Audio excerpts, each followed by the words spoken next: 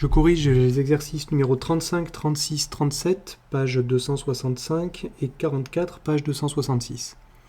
Alors on vous demande de déterminer le coefficient multiplicateur qui correspond d'abord à une augmentation de 8%, puis à une diminution de 12% et enfin à une diminution de 5%. Alors pour ça, il y a une formule à connaître, que je vais vous rappeler. Le coefficient multiplicateur, si on le note petit k, eh bien on sait que k, c'est égal à 1 plus t, où t, c'est le taux d'évolution. Cette formule est à connaître absolument par cœur. Donc ici, par exemple, quand on vous dit dans le petit a une augmentation de 8%, ça veut dire que le taux vaut plus 8%, c'est-à-dire 8 divisé par 100, c'est-à-dire 0,08 si on veut. Et donc combien vaut k? Bien, k il vaut 1 plus 8%, 1 plus 8 sur 100, ce qui donne 1,08. On retrouve le fait que lorsqu'on a une augmentation, le coefficient multiplicateur est plus grand que 1. Petit b, lorsqu'on a une diminution de 12%, ça veut dire que le taux vaut moins 12%, donc k est égal, même formule, 1 plus t, c'est-à-dire 1 moins 12 sur 100, puisque t est négatif. Ce qui fait donc 0,88 après calcul. Et enfin, petit c, lorsque le taux vaut moins 5%, le coefficient multiplicateur vaut 1 plus t, c'est-à-dire 1 moins 5 sur 100. On obtient 0,95. Vous voyez que dans les deux derniers cas, le coefficient multiplicateur est compris entre 0 et 1 puisqu'il s'agit d'une diminution. Et dans ce cas-là, augmentation, k est plus grand que 1. Je passe à l'exercice numéro 36. Donc une boutique de vente en ligne fait payer 5% du montant de la commande pour les frais de livraison, on dit aussi frais de port. Lucie achète une lampe à 120 € et un miroir à 49 €. Calculez le montant de sa dépense, frais de port inclus. Autrement dit, on vous demande d'ajouter 5% aux 120 plus 49 qu'elle dépense. Donc ici, la valeur initiale, c'est les 120 € qu'elle dépense pour la lampe, plus les 49 qu'elle dépense pour le miroir, ce qui fait 169 €. C'est la valeur initiale, et on va la multiplier par le coefficient multiplicateur pour avoir la valeur finale, VF, qui est inconnue pour l'instant. Donc la première chose à faire, c'est de calculer le coefficient multiplicateur, puisqu'on vous dit qu'on a une hausse, une augmentation de 5%. Donc, on rappelle la formule, k égale 1 plus t. Donc ici, ça donne 1 plus 5 sur 100, ce qui fait 1,05. Autrement dit, au lieu de dire qu'on augmente de 5%, on va dire qu'on multiplie par 1,05.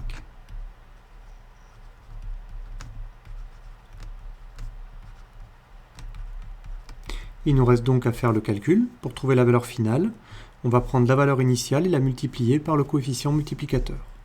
La valeur finale, c'est k fois la valeur initiale, c'est-à-dire 1,05 multiplié par 169, ce qui donne 177,45. Autrement dit, le montant total de la dépense, frais de port inclus, donc TTC si on veut, le montant total frais de port inclus,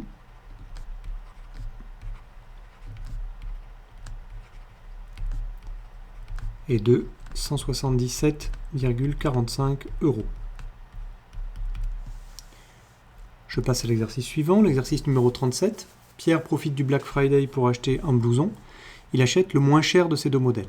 Alors on demande quel blouson il choisit suivant ce critère et quel est le prix du blouson.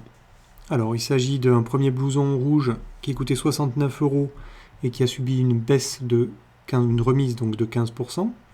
Et puis un deuxième blouson bicolore qui coûtait 73 € et qui a subi une décote de 20%. Donc pour le premier blouson, je vais l'appeler le blouson A par exemple, et le deuxième blouson B. Donc pour le blouson A, ce qu'on va commencer par faire, c'est calculer, donc on a une valeur initiale qui vaut 69, on va appliquer notre diminution de 15%, et au lieu de dire qu'on baisse de 15%, on va se demander par combien je dois multiplier pour obtenir ma valeur finale, mon nouveau prix. Donc on va faire le calcul. On commence par calculer le coefficient multiplicateur qui est associé à une baisse de 15%. Donc c'est 1 plus t, c'est-à-dire 1 moins 15 sur 100, ce qui donne 0,85. Donc il s'agit bien d'une baisse puisqu'on multiplie par un nombre plus petit que 1. Ça veut dire qu'ici, en réalité, on va multiplier par 0,85 pour obtenir le prix. Donc la valeur finale du blouson A, c'est... Donc là, à gauche, j'ai fait le blouson A, d'accord ? Ça, c'est blouson A. Eh bien, c'est 69 fois 0,85, ce qui donne 58,65. Donc le nouveau prix, le nouveau blouson, maintenant, coûte 58,65 €. Faisons le calcul pour le deuxième blouson, donc blouson B.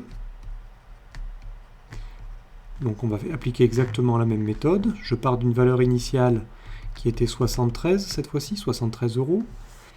Il subit une décote, une remise de 20%. Et au lieu de dire qu'il subit une décote de 20%, je vais multiplier par un certain coefficient multiplicateur. Alors ce coefficient multiplicateur, on le calcule avec la même formule que tout à l'heure. K, c'est 1 plus t, c'est-à-dire 1 moins 20 sur 100, 1 moins 20%, ce qui fait 0,8. Là encore, c'est bien une remise puisque le coefficient est plus petit que 1. Donc il me reste à calculer, pour obtenir ma valeur finale du blouson B, je vais calculer 73 fois, c'est la valeur finale, 73 fois 0,8, et on trouve 58,4, c'est-à-dire 58,40 €. Ça, c'est 58,40 €. Bon, il n'y a pas une grosse différence de prix, mais s'il choisit le moins cher, il choisit donc le blouson B.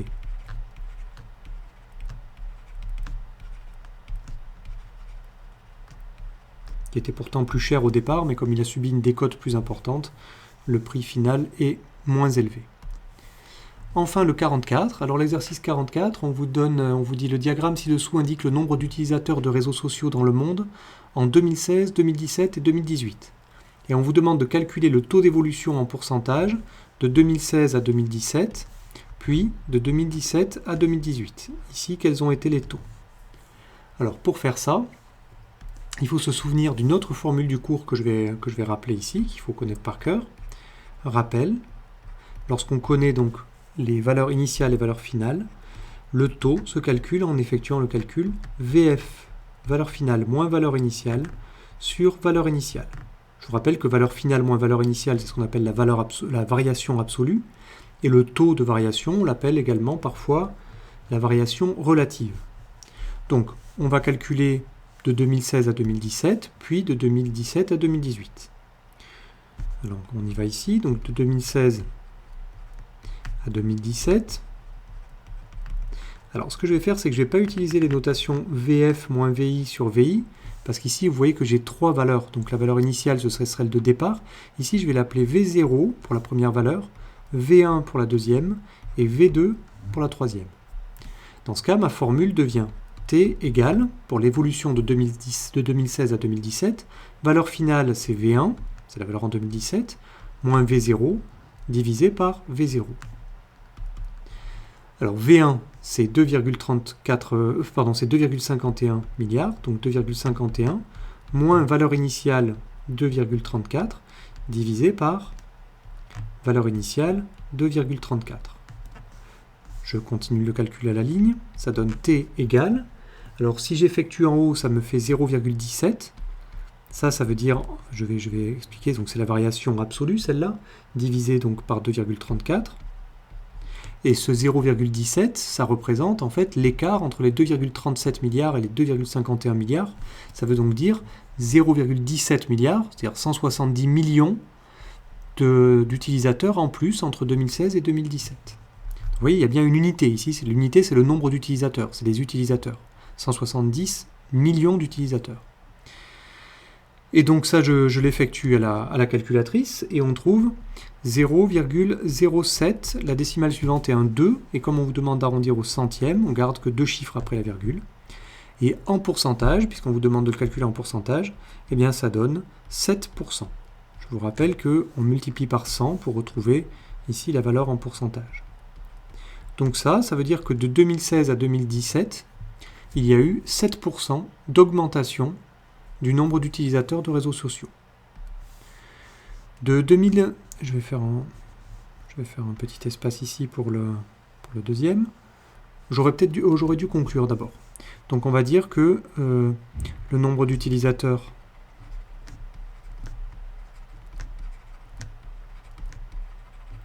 a augmenté, une conclusion, a augmenté de 7% entre 2016 et 2017. Donc d'utilisateurs des réseaux sociaux. Alors je vais me faire de la place pour la deuxième partie, pour le taux d'évolution entre 2017 et 2018, mais on va faire exactement la même chose. Donc j'efface ici.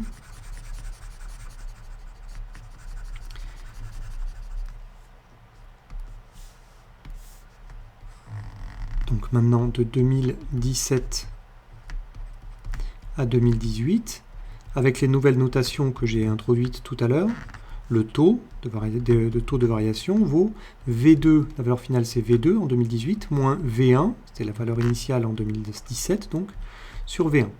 Ce qui donne 2,67 moins 2,51 divisé par 2,51.